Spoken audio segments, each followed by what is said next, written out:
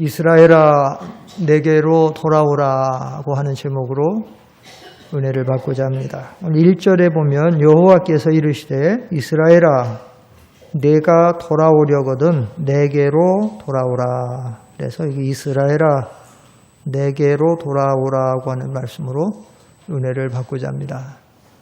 예레미야 선지자가 이 말씀을 선포할 때는 유대 나라 말년에 죄악이 관영해서 북방에서 끓는 가마가 기울어진 때, 다시 말하면 북방의 바벨론 나라가 유대 나라를 침략하려고 준비하고 있을 때, 하나님의 심판이 가까이 올 때에 예레미야 선지자가 눈물을 흘리며 아무리 그들을 경고하고 하나님의 말씀으로 하나님 앞에 돌아오게 하고 하나님 앞에 믿음으로 살도록 해도 듣지 않으니까 눈이 상하도록 울면서 이렇게 권고한 말씀이 바로 이스라엘아 하나님께로 돌아오라고 하는 말씀입니다.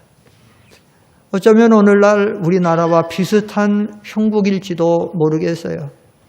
북한에서는 북쪽에서는 계속 요즘 물론 남북 정상회담이 있고 또 북미 간의 그런 것을 통해서 대화를 통해서 좀 어떻게 핵무기를 완전히 없애고 종전을 선언을 하자고 하지만 여전히 아직은 참 여러 가지 북한의 위협과 이런 여러 가지 어려운 현실들, 또 우리나라는 남북 간의 문제만 있지 않고 중국과 미국과 러시아, 일본 이런 역학관계가 다 이렇게 다 형성이 되어 있어서 간단하게 해결할 수 없는데 이런 어려운 일들이 계속해서, 그래서 우리나라는 전 세계에 이렇게 한 나라가 갈라져서 대치하고 있는 나라는 우리나라밖에 없어요 지금.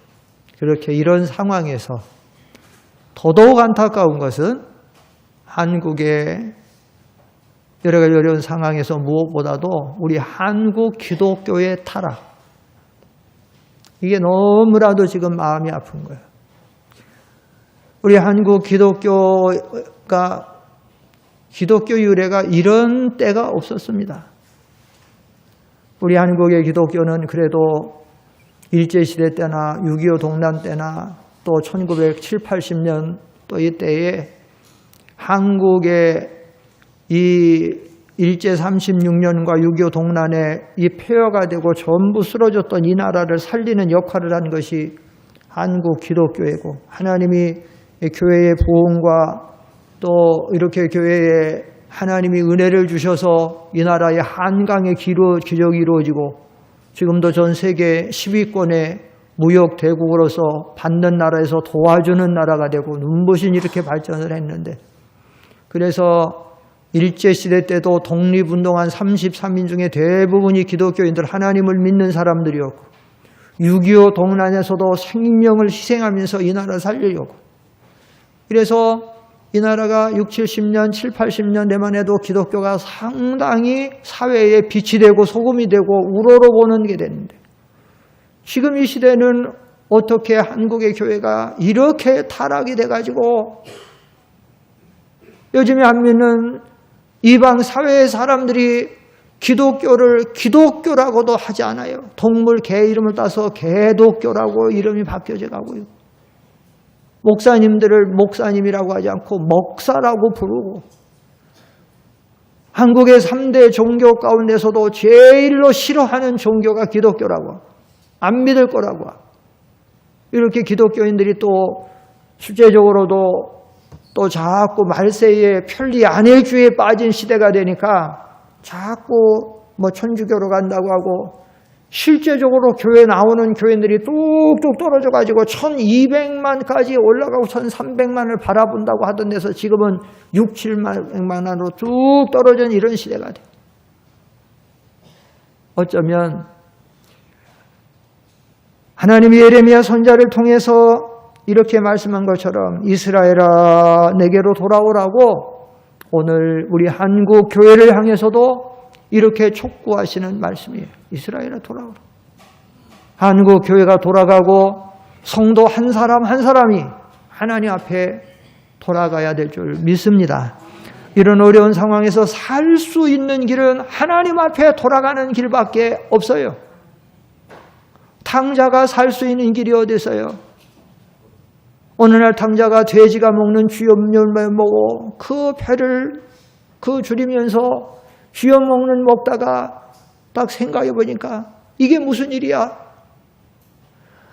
아니 우리 아버지 그 마음씨 좋고 너그러운 아버지 앞에서 우리 품꾼들은 풍족하게 먹으면서 자기 권리 누리면서 열심히 일하는데 나는 어떻게 된 게 지금 내가 여기서 지금 이거 음식도 다 못 채우고 지금 돼지가 먹는 쥐염 이게 뭐야?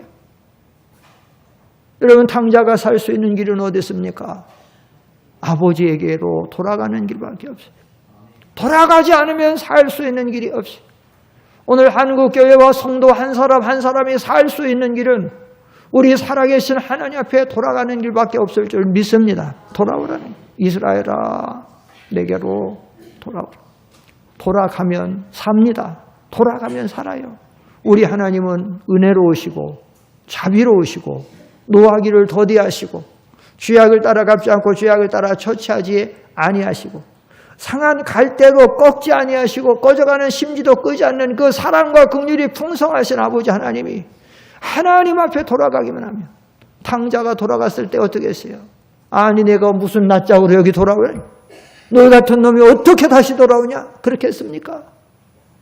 아버지는 매일 혹시 아들이 왔다가 돌아올 용기가 없어서 두루십에 들어올 용기가 없어서 돌아갈까 봐 밤마다가 집 문 열어놓고 또 낮이면 가서 언덕에 올라가서 내 아들이 오늘이라도 혹시 돌아오지 않을까 날마다 그렇게 측은한 심령으로 바라보다가 어느 날 보니까 아들이 저기서 들어오는데 모르는 사람 들어오는데 다른 사람 몰라봐도 아버지는 저거 내 아들이다.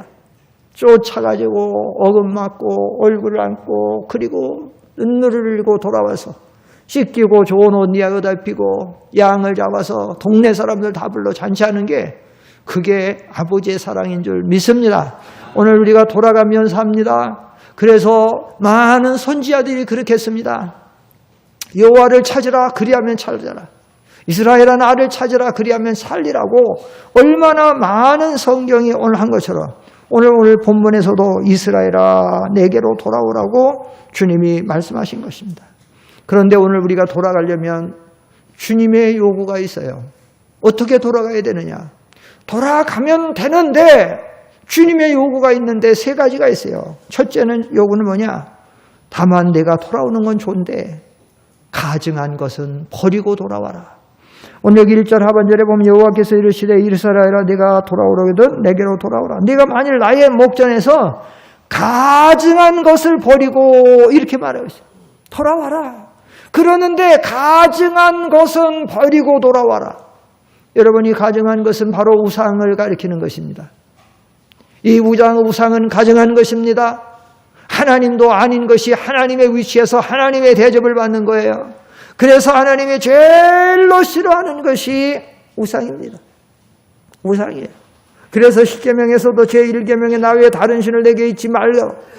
우상을 만들거나 섬기거나 절하지 말라고 주님이 말씀하신 거예요. 내가 내게로 돌아올 때 단 하나 우상은 버리고 돌아와라. 내가 다른 것은 다 용납할 수 있어도 뭐 어떻게 다 고치고 돌아올 수는 없어도 우상은 버리고 돌아와야 됩니다.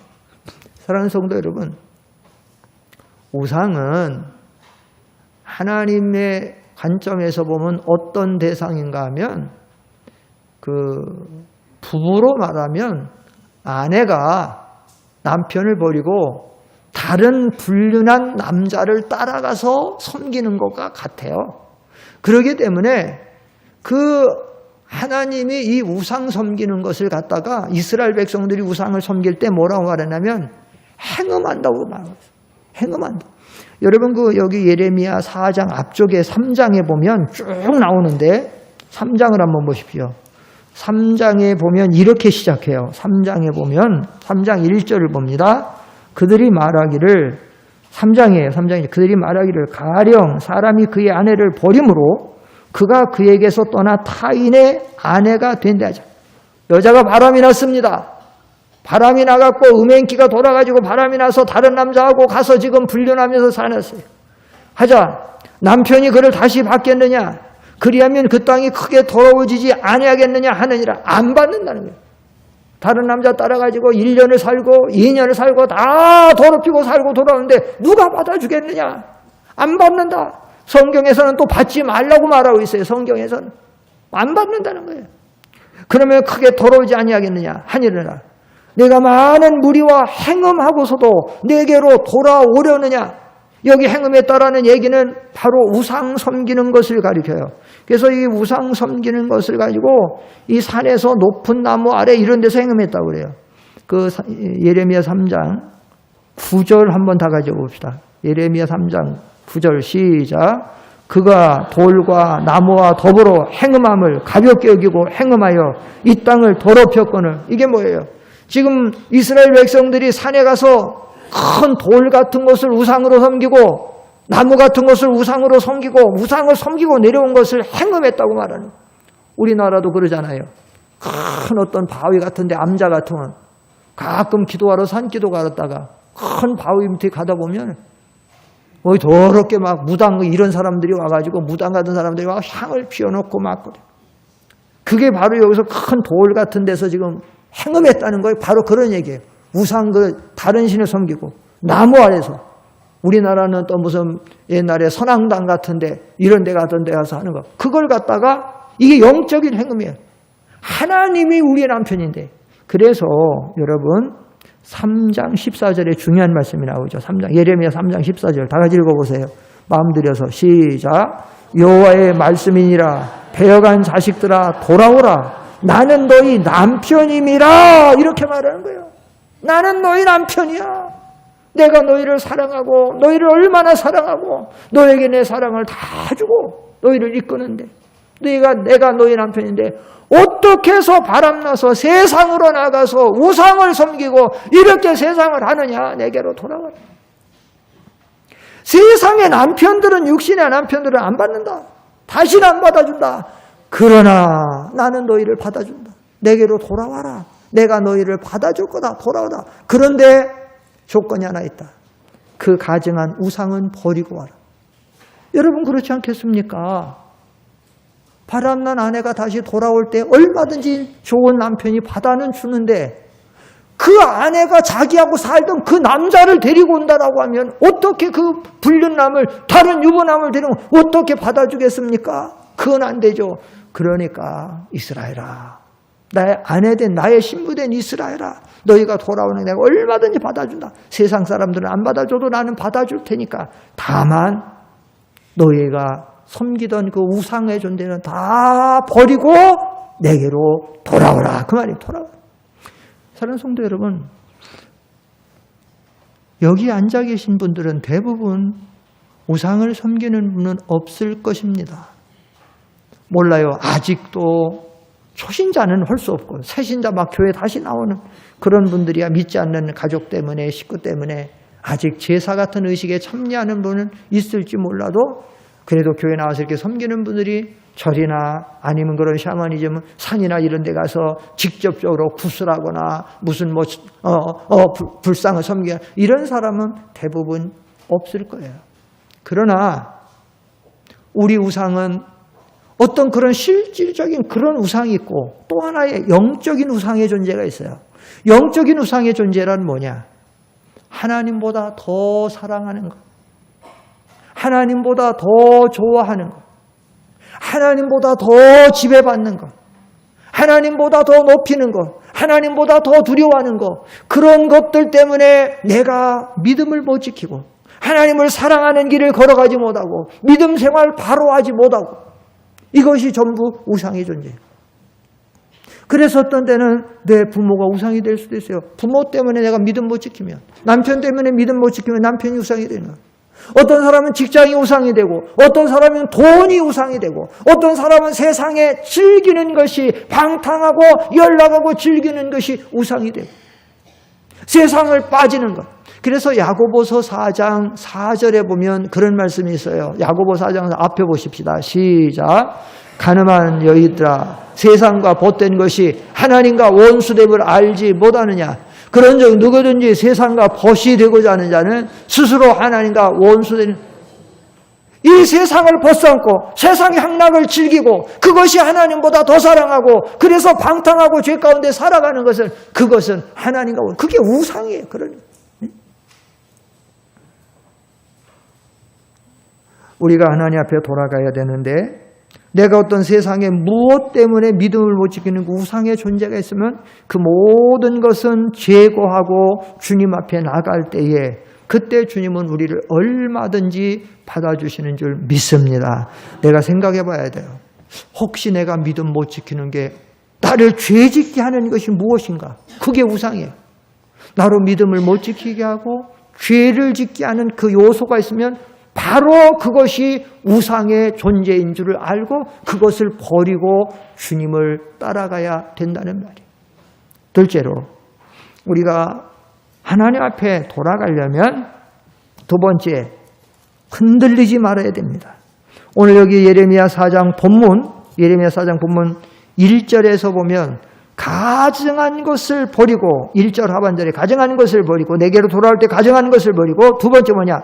내가 흔들리지 아니하며. 흔들리지 않는다라는 것은 마음이 요동치 아니하고 반신반의하지 아니하고 흔들리지 않는 것. 그래서 우리 지금 개정 개혁에는 내가 흔들리지 아니하며 이렇게 했는데, 요 전 성경인 개혁 성경에는 뭐라고 써 있냐면 내 마음이 요동치 아니하며 이랬어요. 내가 하나님 앞에 돌아올 때 내 마음이 흔들리지 아니하고 돌아오라는 거예요. 흔들리지. 내가 돌아가는데 내 남편이 받아줄까? 또 내가 돌아가면 내가 그동안 부정하더니 내 연남이 무슨 해코지 하지는 않을까?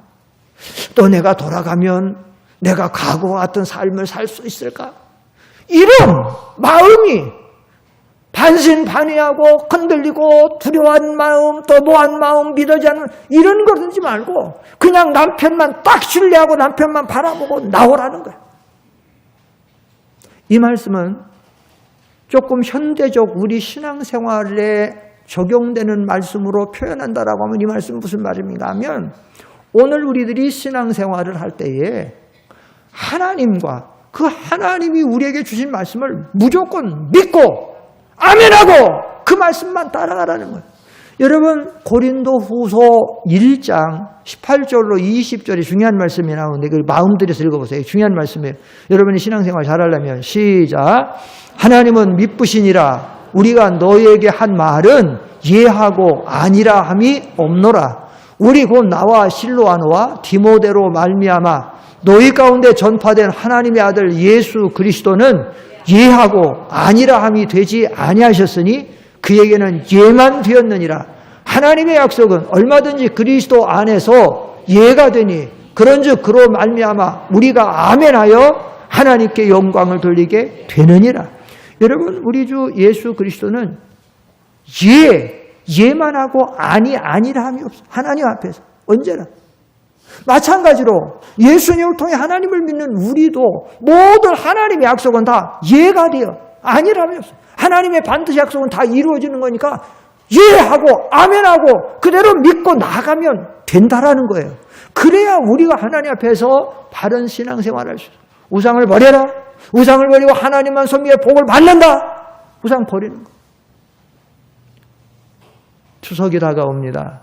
혹시 우리 중에 믿음이 연약하여 아직도 제사를 끊어버리지 못한 사람들이 있습니까? 빨리 끊어야 됩니다.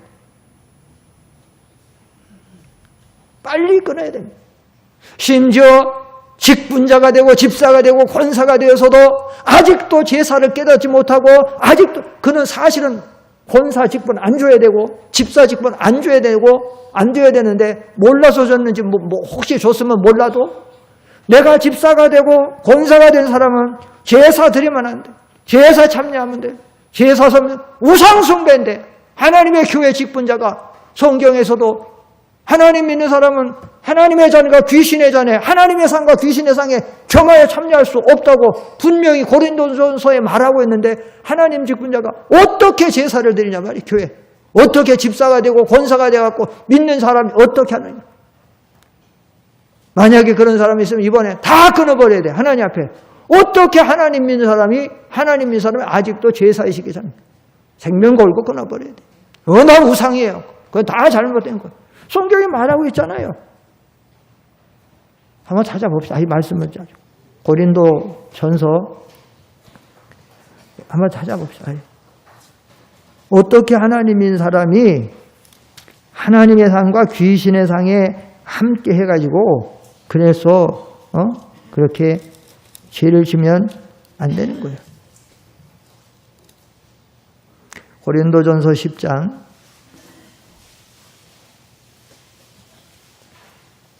고린도전서 신약성경 275쪽입니다. 275쪽 고린도전서 10장 18절부터 22절까지 제가 보겠습니다. 잘 보세요. 신약성경 275쪽 고린도전서 11장 18절 육신을 따라 난 이스라엘을 보라. 죄물을 먹는 자들이 제단에 참여하는 자들이 아니냐. 성찬에 참여해서 성찬을 먹는 사람은 예수님의 제단에 참여하는 것이고 우상에게 제사 드리는 제물을 먹는 사람은 우상의 제단에 참여하는 사람입니다. 19절 그런즉 내가 무엇을 말하느냐. 우상의 제물은 무엇이며 우상은 무엇이냐. 20절 무릇 이방인이 제사하는 것은 귀신에게 하는 것이요 하나님께 제사하는 것이 아니니 나는 너희가 귀신과 교제하는 자가 되기를 원하지 아니하노라. 분명히 말하고 있잖아요. 우상에 제사하는 것은 귀신에게 하는 것이고 하나님께 하는 것인데 어떻게 하나님 믿는 사람이 그런 데잖아요. 21절 다 같이 21절 다 같이 시작. 너희가 주의 잔과 귀신의 잔을 겸하여 마시지 못하고 주의 식탁과 귀신의 식탁에 겸하여 참여하지 못하리라. 같이 어떻게 하나님의 성찬 예식에 참여하는 사람이 그 식탁에 참여하는 사람이 귀신에게 제사하는 거기에 참여할 수 있냐요? 이 어떻게 이게 말할 수 있느냐? 이거는 한 여자가 두 남자하고 동거하고 사는 거야. 얼마나 더럽고 얼마나 추악한 생활이냐 이거예요. 그거예요. 22절 그러면 어떻게 됩니까? 22절 그러면 우리가 주를 노여워하시게 하겠느냐? 그러면 하나님의 진노를 받는 일이에요. 이거는 하나님 앞에 벌을 받는 일입니다. 이거는 잘못된 거예요. 깨끗하다. 우리가 이번에도 흔들리지 말고 너희 마음이 요동하지 말고 아직도 우상을 끊지 못하고 아직도 제사의식을 끊지 못한 사람들은 다 끊어버려야 돼. 하나님 앞에 흔들리지 말고 마음이 요동하지 말고 다 끊어버려요.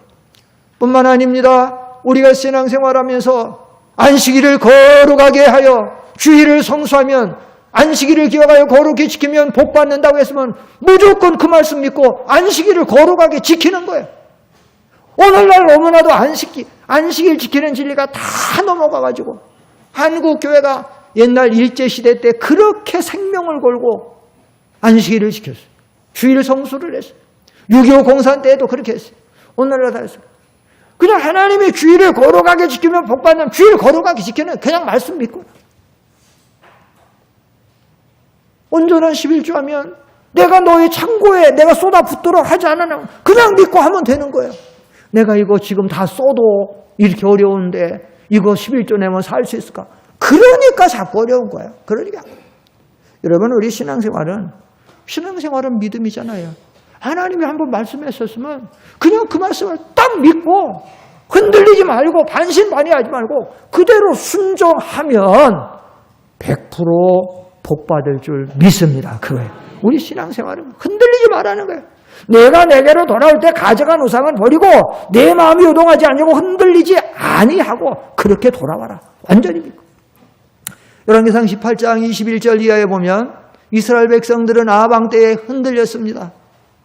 엘리야가 와서 여호와 하나님이 참신입니다 하면 하나님께로 다 돌아왔다가 아방의 바알왕의 선지자들이 오고 아방이 아니라고 바알과 아세라가 아니면 다 한번 읽어보세요.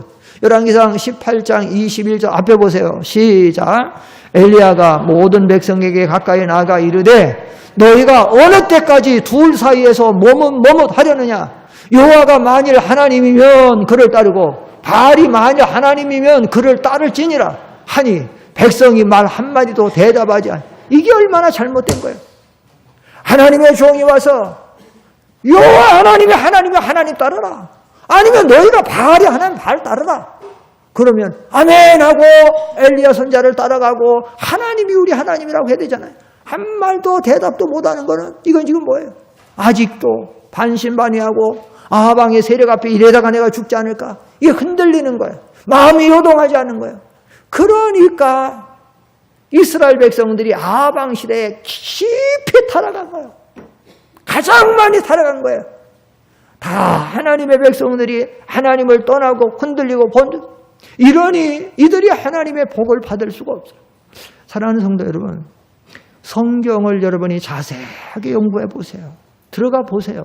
성경에 보면 하나님은 언제나 어느 때나 완전히 믿고 따르고 의지하는 사람들을 기뻐하시고 거기서 역사를 나타내시고 축복해 주시고 하나님이 놀라운 영광을 받으시고 언제나 그랬어요. 이게 의심하고 그 주님을 믿노라고 하면서도 여전히 의심하고 반신반의하고 그러니까 하나님이 그런 곳에는 역사도 안 하시고 어떤 능력도 안 베풀어 주시고 은혜도 안 주시고 이런 사람은 기도해도 그 야고보 1장 6 잠깐 보세요. 야고보 1장 보세요. 거기 보면 이런 사람은 주지도 않아 하나님 기도한다. 앞에 보시고 시작. 오직 믿음으로 구하고 조금 더 의심하지 말라. 의심하는 자는 마치 바람에 밀려 요동하는 바다 물결 같으니 이런 사람은 무엇이든지 죽게 얻기를 생각하지 말라. 두 마음을 품은 모든 일에 정한 안 주신다는 거예요. 이렇게. 믿으란 말입니다. 여러분의 유치원 자녀들이 내일 먹을 거 걱정해. 내가 내일 유치원 가야 되는데 내일 아침에 이게 밥거리가 우리 집에 있을까? 내일 내가 뭘 먹고 내가 유치원 가야 되지? 걱정합니까? 여러분 자녀들이 나 내일 유치원에 가야 되는데 옷은 뭐 입고 양말은 어떻게 돼? 걱정해요. 완전히 부모 있고 걱정 하나도 하지 않잖아요. 왜 전지전능하신 하나님, 여러분을 위해서 십자가에 못 박혀 돌아 예수님 독생자까지 주신 하나님인데 아들을 주시니 어찌 그 아들과 함께 모든 좋은 것을 너에게 주시지 않겠느냐. 아멘. 아들을 내어줬으면 다 주는 거예요. 의심하지 말라. 성경에 보면 제가 몇 주 전에 설교했지만 에스겔 47장 설교했지만 거기 보면 하나님 에스겔 성전의 동양양 문에서 생수가 흘러나와요. 이 생수가 흘러 들어가면 가는 곳마다 다 살아요. 황무지가 살고 강으로 들어가면 강의 어족이 살고 바다로 들어가면 바다의 어족이 살고 가는 곳마다 다 모든 거 생물이 살아나고 식물이 살아나고 바다 고기가 다 살아나요. 그런데 살아나지 못하는 지역이 딱 하나 있어요. 그게 어디냐? 에스겔 47장 11절 한번 읽어봅시다. 앞에 보세요. 다 같이 시작. 그 진펄과 개펄은 되살아나지 못하고 소금 땅이 될. 다 살아나는데 거기 성경에 보면 딱 한 건데 진펄과 개펄은 살아나지 못해. 여러분 진펄과 개펄은 어느 곳입니까? 바닷가에 바다가 있으면 뚝이 와서 끝나죠. 그런데 이 진펄과 개펄은 어떤 곳이냐면 바닷물이 들어오면 뭘로 보여요? 바닷물이 들어와 차 있으면 뭘로 보여요? 바다로 보여요. 그런데 바닷물이 다 빠지고 나면 뭘로 보여요? 육지 땅으로 보이는 거예요. 질척질척한다. 동해안 같은 데는 없어요. 모래니까. 서해안 같은 데가. 뭘 가리키냐면 우리 예수 믿는 사람들이 교회 나올 때는 신자 같아. 하나님을 찬양하고 기도도 하고 아멘 아멘도 하고 거룩한 것 같기도 하고 그런데 세상에 나가면 예수 믿는 모습은 조금도 안 보이고 다 그렇다는 게 아니라 그런 사람이 있다는 거예요. 어? 술 먹고 방탕하고 못된 짓 다 하고 제가 예전에 말씀드리잖아요. 어떤 목사가 자기네 집사님 오래간만에 신방 갔더니 없어. 그 주변 사람한테 물어봤더니 여기 상점 주인 없냐 그랬더니 없다고. 그래 우리 교회 집사님 왔는데 신방 왔는데 없냐 어떠? 그래 깜짝 놀라니까 그 사람이 교회 다녀요? 그 사람이 집사예요? 깜짝 놀라더니 예수 믿는 냄새가 전혀도 안 나. 여러분, 예수 잘 믿는 사람은 예수 믿는 냄새가 안 날 수가 없어요. 예수 잘 믿는 사람은 예수 잘 믿는 거 속일 수가 없어. 마태복음 5장에 보면 예수 믿는 사람은 산 위에 있는 동네라 그러잖아요. 빛이라고 그랬잖아요. 빛이 어떻게 가려져요? 누가 와도 다 빛이고 산 위에 있는 동네 밑에서 다 보여요. 예수를 잘 믿으면 진실하고 거룩하고 의롭고 선하게 살면 다 아는 거예요. 근데 주변의 사람들이 나 예수 믿는 거라. 여러분이 분명히 아십시오. 여러분이 직장 다니고 있는데 내가 이 직장을 10년을 다녔다. 20년을 다녔는데 내 직장 동료들이 나하고 같은 부서에 같이 있는데 내가 예수 믿는 거 모른다. 여러분은 분명히 신앙생활 뭔가 잘못하고 있는 거예요. 분명히 아세요. 여러분이 여러분 동네에 살고 있는데 여러분 주변에 있는 사람이 여러분이 예수 믿는 사람 전혀 모른다. 여러분은 분명히 신앙생활을 잘못하고 있는 거예요. 세속 중심으로 육신 중심으로 예수를 분명히 잘못 믿는 거예요. 진펄과 개펄이 같이 된 사람. 그런 사람은 생명의 역사가 없어. 그런 사람을 하나님 앞에 완전히 돌아올 수 없다. 여러분, 우리 마음이 요동하지 말아야 돼요. 우리 마음이 흔들리지 말아야 돼요. 다윗의 고백같이 여호와여 내 마음이 확정되었으니 시편 57편에 그렇게 말하고 확정된 마음 갖고 신앙생활해야 돼요. 교회를 다니면서도 조금만 어려운 생기면 교회 옮길까 말까. 교회가 조금 멀어지면 옮길까 말까. 시험이 좀 들으면 옮길까 말까.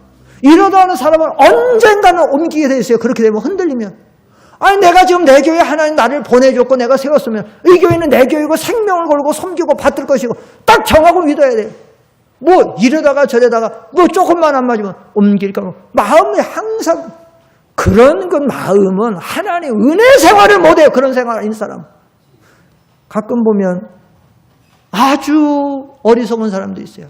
평생을 그 한 교회에서 70년, 80년 섬기다가 다 늙은 나이에 교회 옮기는 사람이 있어요. 우리 상대원 교회 얘기 아니에요. 이거 절대 우리 상대원 교회. 다른 교회 얘기하는 거 다른 게 우리 교회는 그런 아니 70년, 80년 한 교회를 섬겼는데 그 나중에 그 나이에 어디 교회를 옮겨서 가면 7, 80년을 내 교회에서 섬기고 교제하던 내 교우들하고 거기 이제 가서 아무리 가면 뭐 어서 오세요 하고 하지만 그거 달라요. 아마 그러면 가갖고 10년쯤 살고 정부 치려고 뭐 하다가 나중에 고난 나이가 다 되면 죽는 거예요. 거기 가서 한 10년이나 15년 어떻게 하다가. 예? 우리가 신앙생활하다 보면 별별 마음 다 들을 수 있는데 우리 신앙이라고 하는 거는 마음이 요동하지 말아야 돼요. 마음이 흔들리지 말아야 돼요. 자꾸 마음이 요동하고 흔들리면 마음에 평안이 없어요. 하나님의 은혜 생활이 안 되는 거예요. 이게. 예를 들면 나무를 심었는데 자꾸 뿌리가 흔들려. 그러면 나무가 건강하게 자랄 수 없어. 나무가 열매를 잘 맺을 수 없어. 그냥 믿어. 여러분 우리가 누구를 믿습니까? 하나님 믿는 거잖아요. 교회는 하나님을 믿고 하나님 말씀을 믿는 거잖아요. 세상 믿는 거 아니잖아.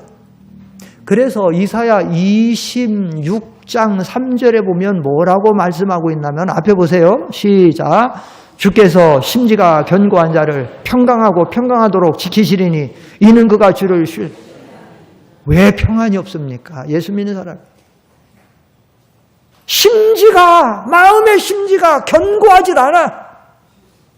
그러면 마음의 심지가 왜 견고하지 않아요? 왜? 그거는 주님을 신뢰하지 않고 사건과 환경과 사람을 바라보니까 심지가 견고하지 않아. 그러니까 신앙생활과 교회를 다니면서도 은혜 생활이 안 돼. 마음의 평강이 없어. 자꾸 깨어져. 언제까지 이렇게 신앙생활? 우리가 믿는 거는 여기 마지막에 이는 그가 주를 신뢰합니다. 신뢰라는 거예요. 뭐예요? 신뢰라는 건 믿고 맡기고 의지하는 게 신뢰예요. 하나님을 믿는 거잖아요. 우리가 하나님을 앞에 맡기고 의뢰하고 하나님 아는 거지. 뭘 지금 이 지상에 완전한 사람이 어디 있어요? 완전한 교회가 어디 있어요? 완전한 단체가 어디 있어요? 이 지상에. 하늘나라밖에 없잖아요. 하늘나라밖에. 응?